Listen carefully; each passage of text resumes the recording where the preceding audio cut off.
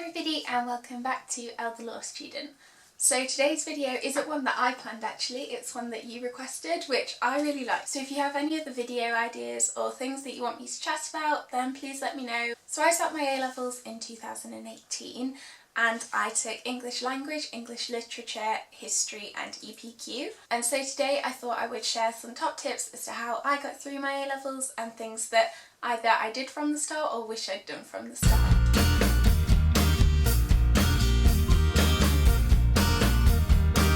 First and foremost, a lot of you will either be starting year 12 or 13 in the next few days, and what I would definitely say is make sure you don't get yourself into habits that you can't keep up.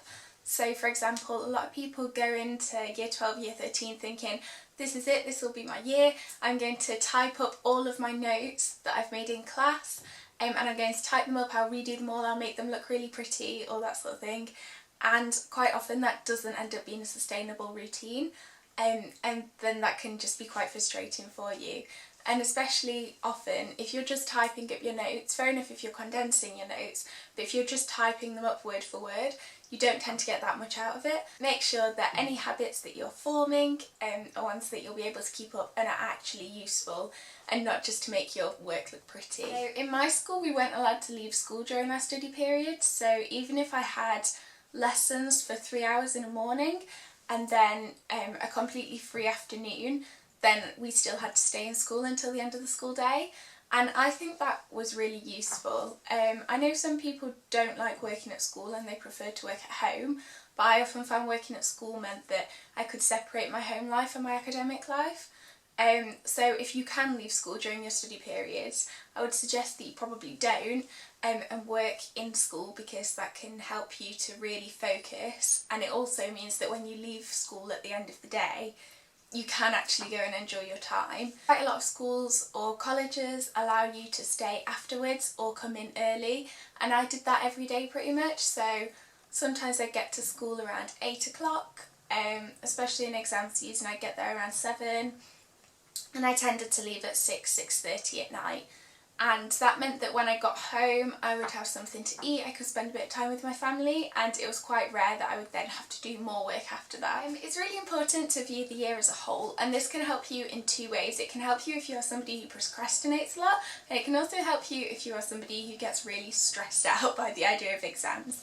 It can help you to make sure that you don't put off work that you should be doing, because if you think of the year as a whole and you think, okay, well I've got this bit of coursework, I'll just leave it, then by viewing the year as a whole you'll kind of sympathise with yourself in the future, who will absolutely hate you for putting that work off because you'll already have lots of other work that you need to be doing. It really helped me in the sense that when I thought of the year as a whole, I could really break up the year and show myself how much time I actually had.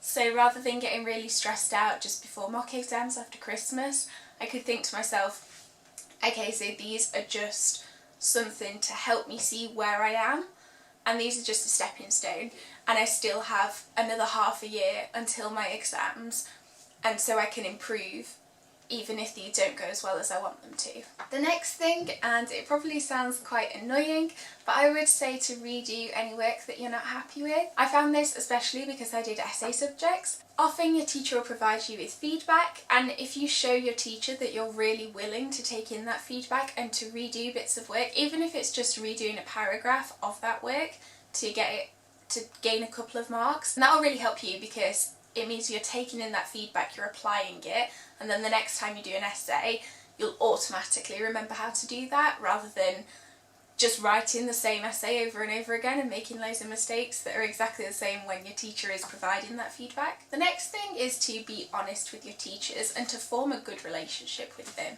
So I found definitely that once I got to A-level, the relationship I had with my teachers was very, very different to what I had at GCSE.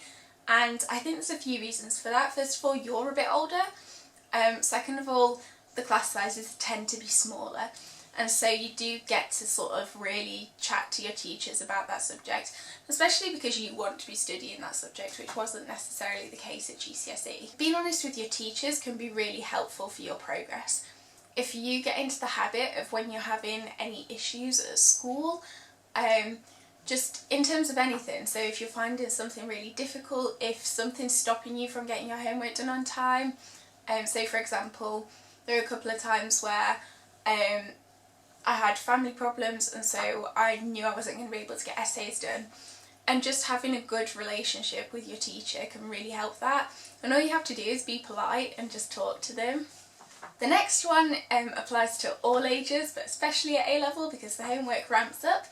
Make sure you do your homework as soon as you get it, or as soon as possible. This is something that really helped me. I did try to do my homework as soon as I got it, or within a couple of days. I never like to leave something until the last day, because there's always a possibility that you won't actually understand it completely, or you'll start writing an essay and get completely stuck, and then it's not great to come in the next day to school and say, oh, my essay is not finished because I didn't understand it.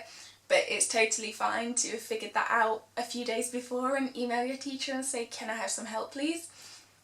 Also, just from a practical point of view, sometimes I would end up getting 4 essays set in a day, and if I put them all off, then I would have another 4 essays that I needed to do, and so I'd end up having to try and write 8 essays in a day, and it just wasn't possible. Kind of to add to that, in a lot of schools you'll be given a homework planner, but if you're not given a homework planner, definitely buy some form of planner and keep it with you at all times. It's so easy to forget that you have a certain piece of homework. And finally, make sure that you file your work immediately. Quite often at A-level, I know I did, I had loads of bits of paper flying about, handouts, essays, just everything, and it's really sort of tempting to just shove that in your bag, but in the long run when you come to revise, that's just the worst thing you can do, because you'll lose things, not know when you did things. So make sure that on all of your work you put the date of your work at the top in case it does fall out of your folder, but then file it. And I would say just get a cheap folder and some file dividers and make sure your work is organised, because it'll take you 2 seconds to do that at the end of the lesson, but it'll take you a good few hours to sort it out if you leave it until the end of term or even the year. So I hope that helps. If you have any more questions about A-levels or my A-levels or anything like that, then please let me know, and the best of luck to anyone who's starting their A-levels in September, because that can be quite a scary thing, but it's also a really exciting thing. So I'll see you soon, and bye.